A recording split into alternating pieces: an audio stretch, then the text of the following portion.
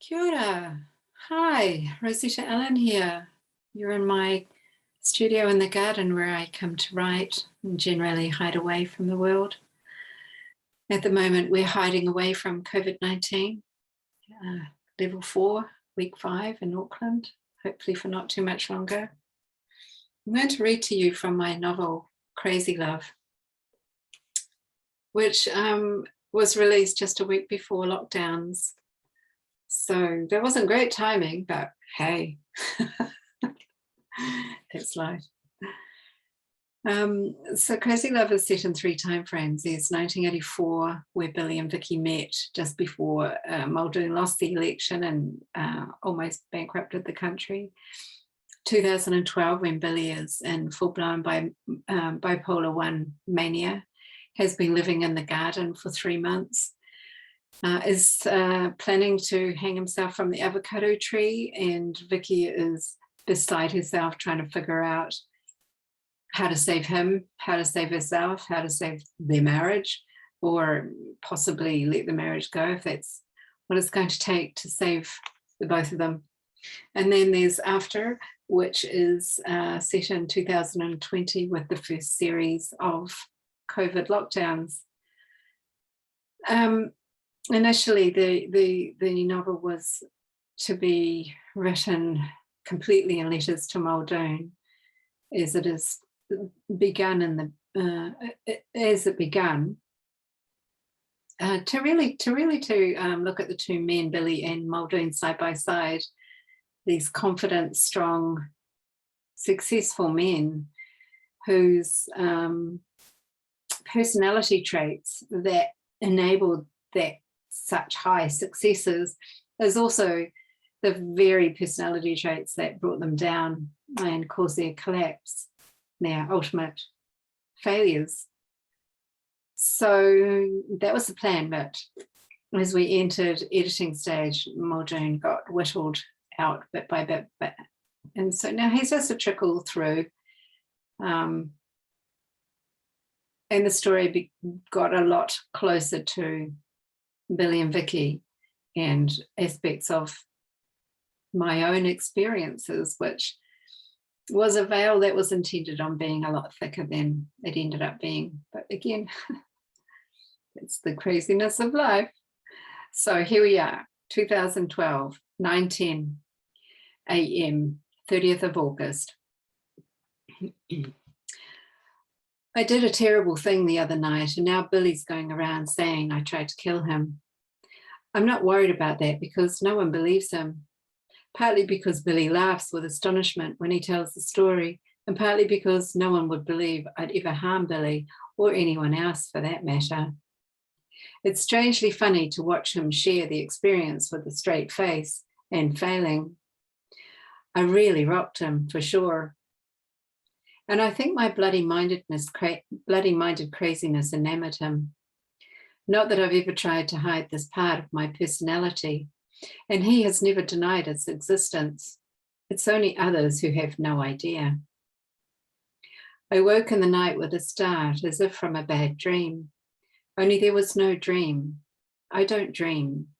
Well, probably I do, but my wake-up memory skips the illumination of that part of the REM cycle. The outer perimeter of my eye mask was lined like a fridge door that's not entirely shut in the night. I removed the mask to find the ceiling flickering in streaks of light that were too bright to be the brazier. It was as if an alien ship hovered in the backyard, ready to collect a specimen of one crazy motherfucker like no other. I felt for the silicone tails of my earplugs and sucked them out. The pink nodules cupped in my hand as I ran outside. No alien rapture was going on. I checked the sky for a trail of light that would explain the avocado tree burning. No brilliant beam of celestivity was aimed at it. There was only Billy whooping into the stratosphere, standing proud as a Bowie starman in a pair of laddered black underwear we'd often bickered over. His punk pants, he called them. Only the diesel branding around the elastic waist refused to die, but the rest was almost done for. A few safety pins wouldn't go amiss, both practically and aesthetically, But who apart from me was going to see the crack of his ass like that? Billy stretched as if to warm his back against the flame. "Don't worry," he called. "I've got the hose," to which he waved the nozzle with its trickle of water. The avocado tree cracked as flames tore up its branches. Poor tree. It didn't deserve to go like that, to have its life cut short after all my waiting and watching. Just that year we had had fruit. 3 pears that swelled like air in a party balloon. At first slow, then all at once they filled, and I teetered on whether to pick them or not. I'm glad I ate them when I did, my 3 pears, that tasted of a year and a half's worth of patience. Considering what that tree stood for in Billy's plans, I'm surprised I didn't think about setting light to it myself. I felt sorry for the tree, but not sorry it was gone. Perhaps some entity had taken pity on me and taken it out themselves. I checked the sky once more before heading back to bed, not for an alien or a celestial rapture, more for the police helicopter that does regular rounds over the suburb, not entirely sure if I wanted to find one, circling. The tree was far enough from the house that it wouldn't burn me to death in my sleep, and no doubt one of the neighbours would call the fire department if needs be. So I left him to it, plugged my ears and shuttered my eyes. If the fire department came, they could deal with him. If the helicopter spotted him, the police could deal with him. I was tired and I didn't care. There was only so much anxiety a body can handle in a day. I woke in the morning to the smell of smoke, not surprisingly. But surprisingly, I found Billy not so much in the bed as on it, snoring gently, an ashy greyness to his mussed up hair, his body so at rest.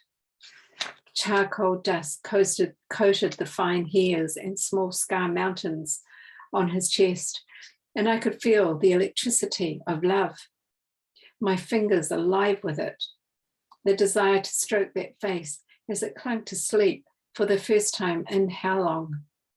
I wanted to whisper so his arm would lift and welcome me as it used to into the crook of his shoulder. And that's when I did my terrible deed. How I had missed the weight of his body next to mine, the touch of feet at the end of the bed that says, "I still love you, even after all these years." That safety of knowing my Billy was there, ready to defend me in an instant. I should have rolled over and enjoyed the moment, only I was suddenly, desperately mad. The fact that I had acclimatized to sleeping alone was no longer acceptable. Trying to trick my brain with a pillow where I knew there was no body to balance the bed. And now that there was, it came with an unexpected strangeness. I carefully sat up and watched the peace of trusted rest on Billy's face. And for no logical reason that I can explain, I lifted the pillow that he had positioned to separate us like Mormon virgins sharing the same bed, and I placed it over his face. At first, he simply labored a little, and the breathing deepened. I climbed up on top of him and clenched each side down with the full weight of my body. My legs straddled his torso, pushed on his arms as he woke and stirred. I knew I couldn't hold him there long, him being man, me being woman. I wanted to reach that breaking point where he knew he would die if he didn't do something about it. I wanted him to feel the scare of death approaching at the hand of the woman he once loved, the woman who might just kill him if she chose to. She could do it. Yeah, I thought, pulling the pillow away to let his flapping mouth grab at the oxygen and drag it down his throat. Don't you fucking forget about me. Don't you. Billy blacked out for a bit, but his body was doing the work it needed to survive. When he came to, I was still leaning in, watching, and he startled at the sight of me. "What the fuck?" he said, sitting up and pushing away, to which I just cracked up and sang. Don't you forget about me. Don't you. I could have resuscitated him if I needed. Now we share sidelong glances. Whenever he relays the story, it's like our new bond. My only regret is not taking to those underpants with the scissors when I had a chance. So there you are. Hope you enjoyed it, and I hope you read the book. Stay safe. All the best. Sending love.